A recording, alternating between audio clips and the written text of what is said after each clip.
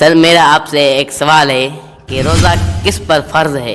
اچھا، آپ کا سوال یہ ہے کہ روزہ کس پر فرض ہے، تو اس کا جواب یہ ہے کہ ہر اس مسلمان پر روزہ فرض ہے جو عاقل اور بالغ ہو. جس پر نماز فرض ہے اس پر روزہ بھی فرض ہے. رمضان کے روزے رکھنا فرض ہے. سر کوئی ایسا مسلمان ہے جس پر روزہ فرض نہ ہو؟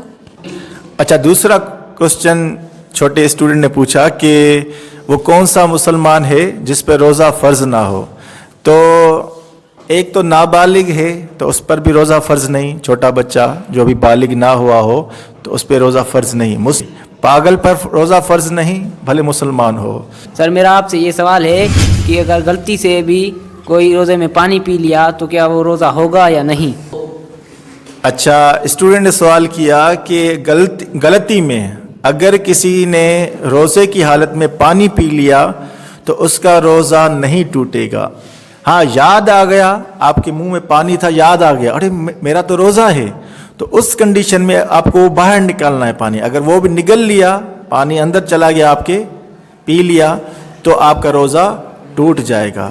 پانی پینے سے غلطی میں روزے سے روزہ نہیں ٹوٹتا. سر میرا آپ سے یہ سوال ہے کہ روزے میں اگر الٹی آ جائے تو روزہ ٹوٹے گا یا نہیں ٹوٹے گا؟ اچھا، نیکسٹ سوال یہ تھا کہ روزے کی حالت میں اگر کسی کو الٹی آ جائے تو روزہ ٹوٹے گا یا نہیں ٹوٹے گا. تو روزے کی حالت میں اگر کسی کو الٹی آ جاتی ہے، وہ الٹی باہر نکل رہی ہے، تو آپ کا روزہ نہیں ٹوٹے گا. ہاں، اگر الٹی کے کچھ ذرات آپ کے منہ میں ہیں، وہ آپ نے نگل لیے، تو پھر روزہ ٹوٹ جائے گا.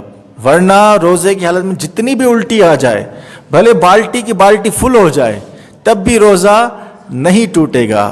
روزہ تب ٹوٹے گا کہ اگر کوئی ذرہ یا کڑوا پانی روزے جو الٹی میں آ رہا ہے وہ آپ نے پی لیا، یا کوئی ذرات کھانے کا تھا منہ میں آیا وہ آپ نے نگل لیا، تو روزہ آپ کا ٹوٹ جائے گا.